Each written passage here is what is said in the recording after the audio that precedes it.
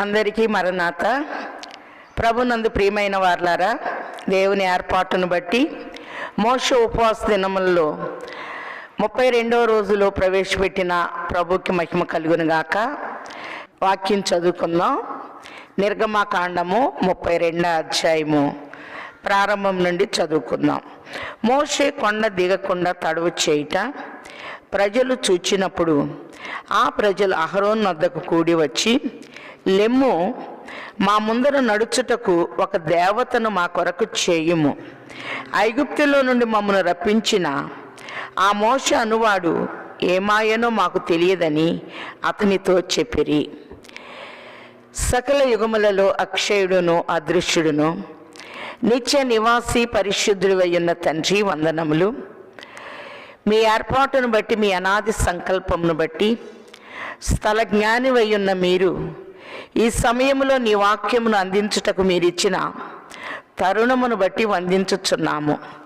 వినేవారిని, వివరించేవారిని మీ స్వాధీనమందుంచుకొని సంపూర్ణముగా నన్ను మరుగు చేసి మీ వాక్యములో నుండి మీ బిడ్డలతో స్పష్టముగా మాట్లాడమని వాక్యోపదేశకుడు, ప్రధాన బోధకుడయ్యున్న యేసు నామములో వేడుకొంచున్నాము తండ్రి, ఆమేన్. ప్రభునందు ప్రియమైన వారలారా, ప్రభు నామమున కృపా సమాధానములు తండ్రి మనందరికీ ముమ్మరముగా దయచేయును గాక. చదవబడిన వాక్యంలో మనం చూస్తే 24వ అధ్యాయంలో మోషే 70 మంది పెద్దలు సీనాయి కొండపైకి వెళ్ళినప్పుడు ప్రభు అంటున్నారు, మోషే మాత్రము నన్ను సమీపించాలి, మిగతా వారు దూరముగా సాగిలపడాలి అని చెప్పినట్టు చూస్తూ ఉన్నాం. అప్పుడు బలిపీఠము 12 బలిపీఠాలు కట్టి యవనస్తులైనటువంటి వారు రక్తమును ప్రోక్షించినప్పుడు పెద్దలు కూడా ప్రభును చూస్తానికి గొప్ప అవకాశం ఇచ్చారు. కాబట్టి వారిలో ప్రధానులకి హాని జరగలేదు. వారు అన్నపానములు తీసుకొనిరని చూస్తున్నాం. మోషేని ప్రభు నా యుద్ధ ఉండుటకు రమ్ము అని 6 రోజులు మేఘములో నిలబెట్టి 7వ రోజున సీనాయి కొండ శిఖరమున మహిమ కనపడినప్పుడు మోషేని పిలిచినట్లు మోషే ప్రభు సన్నిధిలో 40 రాత్రింబగళ్ళు గడిపినట్లుగా గతములో అభిషిక్తులైన వారు మనకు అందించి ఉన్నారు. మోషే ప్రభు సన్నిధిలో ఉన్నారు అని ఈ ప్రజలకు తెలుసు. తర్వాత మోషే అహరోనుతో, మిగతా అభిషిక్తులతో 70 మందితో చెప్పారు, వీరిని మీరు నడిపించండి అని చెప్పి. కానీ వీరు మోషే దగ్గరికి వచ్చి, మోషే అనువాడు ఏమాయనో మాకు తెలియదు అనే మాట మాట్లాడుతూ ఉన్నారు. అంటే ఇది వినటానికి చాలా విడ్డూరంగా అనిపిస్తూ ఉంది. మనం చూస్తే యెషయా 43:10లో మీరు తెలుసుకొని నన్ను నమ్మి నేనే ఆయనని గ్రహించినట్లు మీరు నేను ఏర్పరచుకున్న నా సేవకులు నాకు సాక్షులు. నాకు ముందుగా ఏ దేవుడు నిర్మింపబడలేదు, నా తరువాత ఏ దేవుడు ఉండడు. నేనే యెహోవాను, నేను తప్ప వేరొక రక్షకుడు లేడు. రక్షించువాడను, శిక్షించువాడను, విడిపించువాడను నేనే. ఏ అన్య దేవతయు మీలో ఉండలేదు. నేనే దేవుడను, మీరే నాకు సాక్షులు. ఇదే యెహోవా వాక్కు అనే మాటని మనం చూస్తూ ఉన్నాం. నేనే దేవుణ్ణని 20వ అధ్యాయంలో 10 ఆజ్ఞల్ని ప్రభువు అగ్నితో చెక్కి 19వ అధ్యాయంలో మీరు నాకు స్వకీయ సంపాద్యమని కొండంతని శుద్ధి చేసి మోషే చేతికి ఆజ్ఞల్ని ఇచ్చినట్టు చూస్తూ ఉన్నాం. 31వ అధ్యాయంలో ఆజ్ఞలు పట్టుకొని ఆ మహిమలో నుండి దిగటానికి మోషే తడవ చేస్తూ ఉంటే ఆజ్ఞ అతిక్రమే పాపము, పాపం వలన వచ్చు జీతము మరణము అని మనం చూస్తూ ఉన్నాం. ఎప్పుడు దైవ దీవెన అందుతుందో దుష్టుడు తొందర పెడుతూ ఉంటారు. అలాగే ప్రభు కూడా 40 దివారాత్రులు ఉపవాసం చేసినప్పుడు మత్తయి సువార్త 4లో చూస్తున్నాం. ఆ శోధకుడు ఆయన యొద్దకు వచ్చి, నీవు దేవుని కుమారుడు అయితే ఈ రాళ్ళు రొట్టెలుగా చేసుకో అని ఎత్తైన కొండ మీద తీసుకెళ్ళి నీవు సాగిలపడి నాకు నమస్కారం చేయని శోధించినట్లు చూస్తూ ఉన్నాం. ప్రభు వాగ్దానములతో సాతాన్ని జయించి ఉన్నారు. అందుకే మనం యాకోబు పత్రికలో చూస్తున్నాం, శోధన సహించువాడు ధన్యుడు, అతడు శోధన యందు నిలిచిన వాడైతే నేను జీవ కిరీటాన్ని ఇస్తాను అని ప్రభు తెలియచేస్తూ ఉన్నారు. ఆదికాండము 3వ అధ్యాయంలో కూడా దేవుని నమూనా, దేవుని ఊపిరి, దేవుని యొక్క చేతి పని అయినటువంటి ఆదాము ఆజ్ఞను అతిక్రమించి ఆది తల్లిదండ్రులు పండు తిని చెట్టు చాటునున్నప్పుడు దేవుని హృదయం ప్రద్దలైపోయింది. వెంటనే ప్రభు, ఆదామా నీవెక్కడా అని వేదంతో కేక వేసినట్లుగా మనం చూస్తూ ఉన్నాం. అలాగనే తన చట్టాల్ని దేవుడిస్తూ ఐగుప్తులో నుంచి 430 సంవత్సరాలు దాసత్వంలో ఉన్న తన ప్రజల్ని విడిపించి ఎర్ర సముద్రాన్ని పాయలు చేసి ఆరిన నేలను నడిపించి సీను అరణ్యంలో మన్నానిచ్చి వారిని పోషించి బండలో నుండి నీళ్ళిచ్చి వారి దప్పిక తీర్చి పగలు అగ్నిస్తంభము రాత్రి మేఘస్తంభాన్ని ఇచ్చి అనేక రీతులుగా వారిని ఆదరిస్తూ ఆయన మహిమను కనపరుస్తూ తీసుకొని వచ్చిన ప్రభువుని వీరు మర్చిపోయి ఉన్నారు. అంత మాత్రమే కాదు, మన వాక్యములో గనక గమనించినట్లయితే మోషే అనువాడు ఏమాయనో మాకు తెలియదు అని వీరు మాట్లాడుతూ ఉన్నట్లుగా చూస్తూ ఉన్నాం. కాబట్టి లెమ్ము మా ముందర నడుచుటకు ఒక దేవతను మా కొరకు చేయుము, ఐగుప్తులో నుండి మమ్మను రప్పించిన ఆ మోషే అనువాడు ఏమాయనో మాకు తెలియదని అతనితో చెప్పిరి. యెషయా 60లో చూస్తున్నాం, లెమ్ము తేజరిల్లుము, నీకు వెలుగు వచ్చి ఉన్నది, యెహోవా మహిమ నీ మీద ఉదయించను అని. మహిమతో నింపబడటానికి ఆజ్ఞలను చట్టాలని తీసుకొని మోషే రావటానికి సిద్ధంగా ఉంటే మరి దుష్టుడు వీరిని ప్రేరేపిస్తూ ఉన్నట్టు చూస్తున్నాం.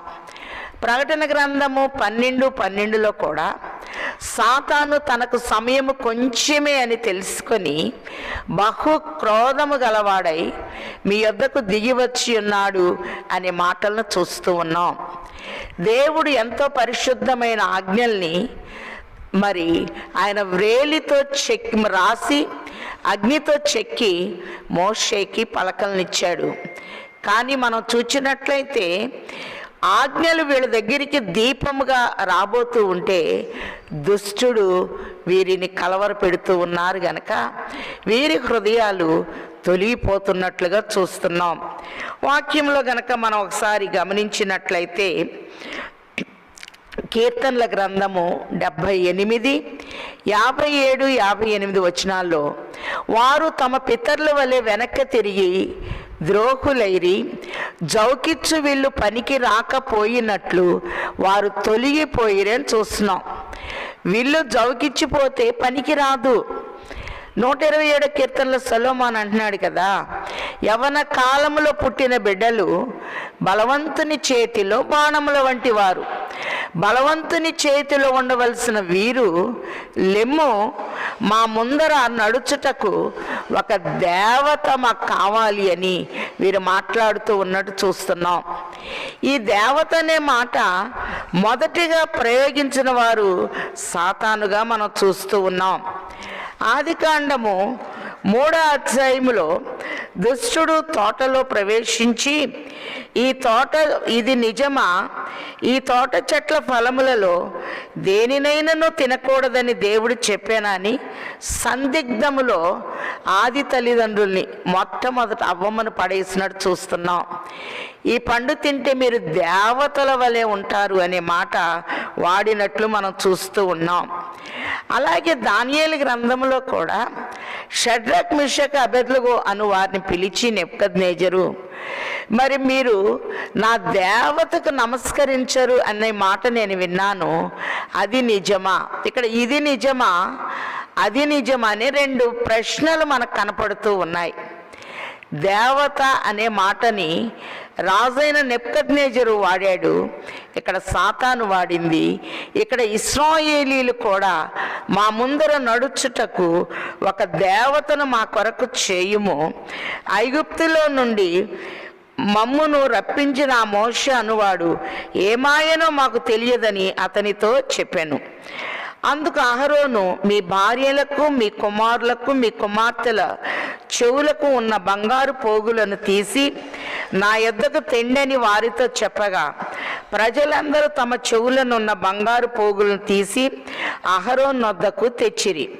అతడు వారి యొద్ద వాటిని తీసుకొని పొగరుతో రూపమును ఏర్పరిచి దానిని పోత పోసిన దూడగా చేసెను. ఒక నమూనాని, ఒక మోసను ఈయన తయారు చేశాడు. మరి ఒక ఆభరణం తయారవ్వాలి అంటే ఒక అచ్చు కనపడాలి, ఒక నమూనా కనపడాలి. ఈయన పొగరుతో రూపమును ఏర్పరిచి, కాబట్టి ఏ రూపాన్ని మీరు చేసుకోకూడదు.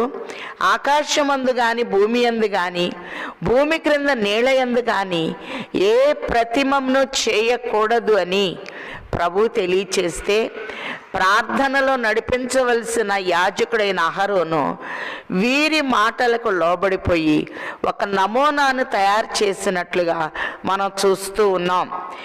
కాబట్టి ఎప్పుడైతే పోత పోయబడిందో ఒక దూడ తయారైనట్లుగా చూస్తూ ఉన్నాం.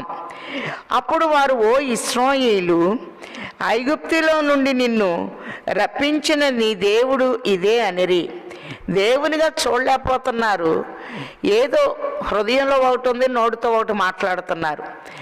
ఐగుప్తులో నుండి మమ్మల్ని రప్పించిన యెహోవా ఇదే అని ఆ దూడని, మరి దేవతని ఇదే అదే అంటారా? వారు ఏం మాట్లాడుతున్నారో వారికి అర్థం కాని స్థితిలో ఉన్నట్లుగా మనం చూస్తూ ఉన్నాం. అలాగే మనం గమనించినట్లయితే ఈ దూడ పూజ అనేది బైబిల్లో బహు శాపగ్రస్తమైనది అనే మాటల్ని వాక్యంలో మనం చూస్తూ ఉన్నాం. మరి బైబిల్లో సొలొమోను 40 సంవత్సరాలు పరిపాలించారు. వారి తండ్రి దావీదు 40 సంవత్సరాలు యెరూషలేమును పరిపాలించాడు. దావీదు కంటే ముందు సౌలు 40 సంవత్సరాలు యెరూషలేమును పరిపాలించారు. సొలొమోను కుమారుడు రెహబాము కాలంలో మరి పెద్దలు మాటల్ని పాటించకుండా, పెద్దల ఆజ్ఞల్ని ధిక్కరించి మరి పిల్లలతో ఆలోచన చేసినప్పుడు రాజ్యము విచ్ఛిన్నమైనట్టుగా చూస్తూ ఉన్నాం. అప్పుడు పారిపోయిన యారోబాము తిరిగి వచ్చాడు. ఈ యారోబాముకి రాకూడని ఒక ఆలోచన వచ్చి వేసింది. ఒకసారి మనం మొదటి రాజుల గ్రంథము 12వ అధ్యాయంలో గనక గమనించినట్లయితే, యారోబాము 2 దూడల్ని చేయించాడు. దానులో ఒకటి, బెహర్షబాలో ఒకటి మరి ఏర్పాటు చేస్తూ ఉన్నట్లుగా చూస్తూ ఉన్నాం. మొదటి రాజుల గ్రంథము 12వ అధ్యాయము 28వ వచనంలో, యారోబాము తన హృదయమందు తలంచి ఆలోచన చేసి 2 బంగారు దూడలను చేయించి జనులను పిలిచి, యెరూషలేము పోవుటకు మీకు బహు కష్టము, ఇశ్రాయేలు వార్లారా, ఐగుప్తులో నుండి మిమ్మును రప్పించిన మీ దేవుడు ఇవే అని చెప్పి ఒకటి బేతేలు నందును ఒకటి దాను నందును ఉంచెను. కాబట్టి ఇక్కడ మనం చూస్తే ఐగుప్తులో నుండి రప్పించింది సైన్యములకు అధిపతి యెహోవా. మోషే, నన్ను నమ్మరు, నీ పేరేంటి అని అడిగితే నేనేం చెప్పాలి అంటే, ఉన్నవాడను అనువాడను అని చెప్పు అని మోషే సాకులు చెప్పిన సరిదిద్ది ప్రభు పంపించి తన బాహు బలము ద్వారా ఐగుప్తులో 10 తెగుళ్ళ నుంచి వీరిని కాపాడి, ఫరో హస్తాల్లో నుంచి ఇనప రథముల క్రింద నుంచి వీరిని రక్షిస్తే, ఐగుప్తులో నుండి మిమ్మల్ని తీసుకొచ్చిన దేవుడు ఇదే అని యారోబాము మరి ఈ దూడలు చేయించి మాట్లాడుతున్నాడు చూస్తూ ఉన్నాం. అలాగే వీరి విషయంలో కూడా, ఓ ఇశ్రాయేలు, ఐగుప్తులో నుండి మమ్మల్ని తీసుకొచ్చావా అని ఆ దూడ ముందు నాట్యం చేస్తూ మరి దేవుని అంతరంగానికి దెబ్బ కొట్టినట్లుగా మనం చూస్తూ ఉన్నాం.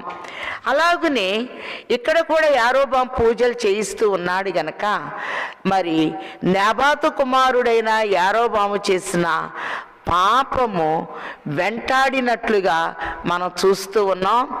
ఆయన బలిపీఠం మీద చెయ్యి పెడితే చెయ్యి ఎండిపోయినట్లుగా మనం చూస్తూ ఉన్నాం.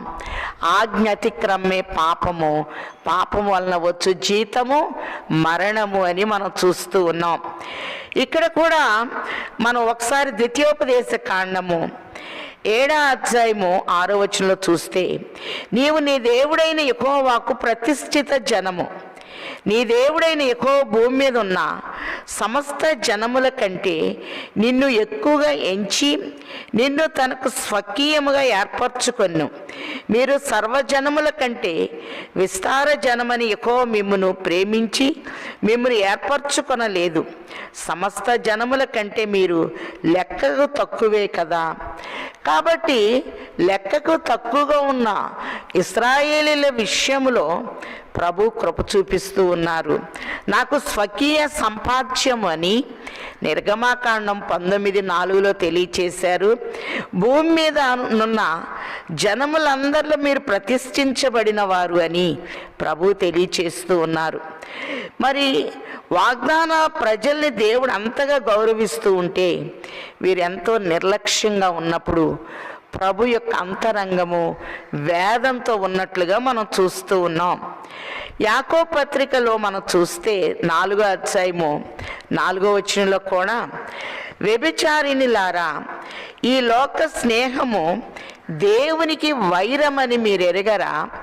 ఎవరు లోకముతో స్నేహము చేయునో వాడు దేవునికి శత్రువగును.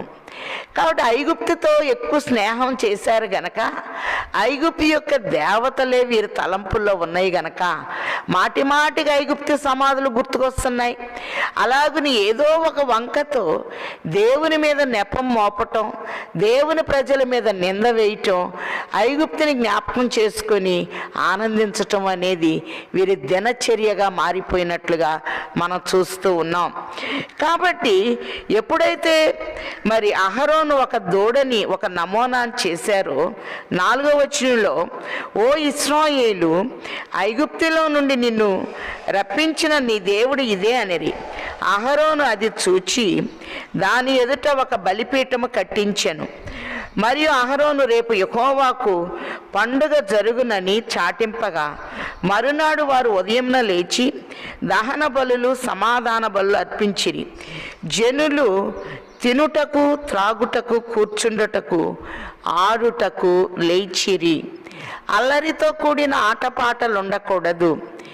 మన దేవుడు కనికరము కలిగిన వారు, సమస్తము క్రమముగా మర్యాదగా జరగనీయుడి అని ప్రభు తెలియచేస్తూ ఉంటే ఇక్కడ ఆజ్ఞకు వ్యతిరేకం అనేది కనపడుతూ ఉన్నట్లుగా చూస్తున్నాం. అలాగనే ఆజ్ఞ అతిక్రమము పాపము, పాపం వలన కోపము వచ్చింది, శాపము కూడా వచ్చి వేస్తూ ఉన్నట్లుగా మనం చూస్తూ ఉన్నాం. అంత మాత్రమే కాదు, 7వ వచనంలో చూస్తే, కాగా యెహోవా మోషేతో ఇట్లన్ను, నీవు దిగి వెళ్ళుము, ఐగుప్తులో నుండి నీవు రప్పించిన నీ ప్రజలు చెడిపోయిరి. నిర్గమాకాండం 3వ అధ్యాయంలో పొద దగ్గర మోషే ఉన్నప్పుడు, నా ప్రజల బాధను చూచితిని, వారు పెట్టిన మొరలను వింటిని, వారి దుఃఖములు నాకు తెలిసే ఉన్నవి. రమ్ము, నిన్ను ఐగుప్తునకు పంపి నా ప్రజల్ని విడిపించుటకు నిన్ను నేను బాహు బలము ద్వారా వారిని విడిపిస్తాను అని తెలియచేశారు. నా ప్రజల మొర నా యొద్దకు వచ్చిందని 3వ అధ్యాయంలో అన్నారు. అలాగునే 1వ అధ్యాయం 12వ వచనంలో కూడా ఐగుప్తీయులు ఇశ్రాయేలుని శ్రమ పెట్టిన కొలది వారు ప్రబలిరి అనే మాటలు మనం చూస్తూ ఉన్నాం. శ్రమల్లో ప్రభుని తలంచుకొని ప్రబలిన వీరు, దేవునికి మొరపెట్టిన వీరు ఈ సమయంలో దేవుణ్ణి మర్చిపోయారు. మోషే పేరే ఎత్తుతున్నారు. మోషే అను వాడు ఏమాయనో మాకు తెలియదు అంటున్నారు గనక, నా ప్రజలు అన్న ప్రభు నీ పేరెత్తుతున్నారు గనక నీ ప్రజలు చెడిపోయిరి అని మోషేకి విషయాన్ని తెలియచేస్తూ ఉన్నారు. నేను వారికి నియమించిన త్రోవ నుండి త్వరగా తొలగిపోయి తమ కొరకు పోత పోసిన దూడను చేసుకొని దానికి సాగిలపడి బలి నర్పించి, ఓయి ఇశ్రాయేలు, ఐగుప్తు నుండి నిన్ను రప్పించిన నీ దేవుడు ఇదే అని చెప్పుకొని రనెను విషయము మోషేకి ప్రభు తెలియచేస్తూ ఉన్నారు. 430 సంవత్సరాలు ఐగుప్తి బానిసత్వంలో నుండి ప్రభు విడిపించి వీరిని తీసుకొస్తే మరి వీరు దేవుని యొక్క ప్రేమను, దేవుని యొక్క చట్టాలని, దేవుని యొక్క ఇష్టాన్ని పూర్తిగా త్రోసివేసినట్లుగా మనం చూస్తూ ఉన్నాం. అలాగని ఇక్కడ మనం చూస్తే ప్రభుకి చాలా కోపం అనేది వచ్చి వేసినట్టు చూస్తున్నాం. కీర్తన 32:8 కూడా, నీ మీద దృష్టి ఉంచి నీకు ఆలోచన చెప్పేదను, నీవు నడవలసిన మార్గమును నీకు బోధించేదనని ప్రభు తెలియచేస్తూ ఉన్నారు. ప్రభువు కోపం వచ్చి 9వ వచనంలో, మరియు యెహోవా ఇట్లెన్ను, నేను ఈ ప్రజలను చూచి ఉన్నాను, ఇదిగో వారు లోబడనొల్లని ప్రజలు, కావున నీ ఊరకుండము, నా కోపం వారి మీద మండును, నేను వారిని కాల్చివేసి నిన్ను గొప్ప జనముగా చేసేదనని మోషేతో అనగా. కాబట్టి ఆజ్ఞాతిక్రమం జరిగింది, ఆజ్ఞలను మీరారు. అలాగని ఇక్కడ చూస్తే అన్యాయంగా మాట్లాడుతున్నారు, మోషే ఏమాయనో మాకు తెలియదని. కాబట్టి బలిపీఠము దగ్గర అపహాస్యం చేస్తున్నారు. నీ దేవుడైన యెహోవా నామమును వ్యర్థముగా ఉచ్చరింపకూడదు అని ప్రభు తెలియచేస్తూ ఉంటే, ఇక్కడ ఈ యొక్క ఓ ఇశ్రాయేలు, ఐగుప్తులో నుంచి మమ్మల్ని రప్పించింది ఇదే అని మరి ఇశ్రాయేలు దేవుని అపహాస్యం చేస్తున్నట్లుగా మనం చూస్తూ ఉన్నాం. వీరికి అపాయము అనేది రానయ్యున్నది.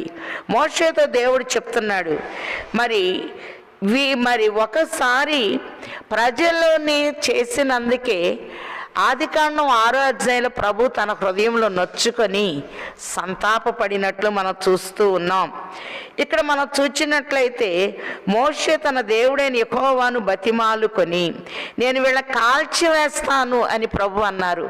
అంటే ఒక అపాయం రాబోతుంది గనక మోషే ప్రజల పక్షముగా దేవుని బ్రతిమాలుతూ ఉన్నాడు. నీ ప్రజల మీద నీ కోపం మండనేలా, ఆయన కొండలలో వారిని చంపునట్లు, భూమి మీద నుండి వారిని నశింప చేయనట్లు, కీడు కొరకే వారిని తీసుకొని పోయినని ఐగుప్తీయులు ఎలా చెప్పుకొనవలను? నీ కోపాగ్ని నుండి మళ్ళుకొని నీవు నీ ప్రజలకు ఈ కీడు చేయక దాన్ని గూర్చి సంతాపపడుము. నీ సేవకులైన అబ్రహాము, ఇస్సాకు, ఇశ్రాయేలును జ్ఞాపకం చేసుకొనుము. నీవు వారితో ఆకాశ నక్షత్రముల వలె మీ సంతానాన్ని అభివృద్ధి చేస్తానని వాగ్దానం చేశారు కదా అని మరి ప్రభుని బ్రతిమాలినట్లుగా ఈ అపాయములో చక్కటి ఉపాయముతో మరి మోషే మాట్లాడినట్లుగా మనం చూస్తూ ఉన్నాం. అలాగనే ప్రభు చక్కటి ఆలోచన చేసి మరి ఆలోచన చెప్పుటయు లెస్సైన జ్ఞానం ఇచ్చుటయు నా వశము అంటున్నారు గనక వారు నిరంతరము వాగ్దాన భూమికి హక్కుదారులు అవుతారు. వారితో నీతో ప్రమాణము చేసితివి కదా అని మోషే ప్రభుని ఒక్కసారి బ్రతిమిలాడినట్లుగా మనం చూస్తూ ఉన్నాం. కాబట్టి మరి ప్రభు తన ఆలోచన మరి విరమించుకున్నారు, కాల్చివేయాలి అనే ఆలోచన. మోషే ఆవేశముతో వస్తూ ఉన్నాడు, యెహోషువ కూడా ప్రక్కనే ఉన్నాడు. 15వ వచనంలో, మోషే శాసనములు గల 2 పలకలు చేత పట్టుకొని కొండ దిగి వచ్చెను. ఆ పలకలు ఇరు ప్రక్కల వ్రాయబడినవి, అవి ఈ ప్రక్కను ఆ ప్రక్కను వ్రాయబడి ఉండెను. ఆ పలకలు దేవుడు చేసినవి, ఆ పలకల మీద చెక్కబడిన వ్రాత దేవుని చేవ్రాత. ఆ ప్రజలు పెద్ద కేకలు వేయిచుండగా యెహోషువ ఆ ధ్వని విని పాళెముల యుద్ధ ధ్వని మోషే తనగా, అది జయధ్వని కాదు, అపజయధ్వని కాదు, సంగీత ధ్వని నాకు వినపడుచున్నది అని మోషే మాట్లాడుతూ అతడు పాళెమునకు సమీపింపగా ఆ దూడ వారు నాట్యమాడుట చూచెను. అందుకు మోషే కోపము మండెను. కాబట్టి మోషే తట్టుకోలేకపోయాడు. ఆ పలకలను పడవేసి ఈ దూడ మీద వేయంగానే మరియు అతడు వాటిని చేసిన ఆ దూడను తీసుకొని అగ్నితో కాల్చి పొడి చేసి నీళ్ల మీద చల్లి ఇశ్రాయేలీయుల చేత దాన్ని త్రాగించెను.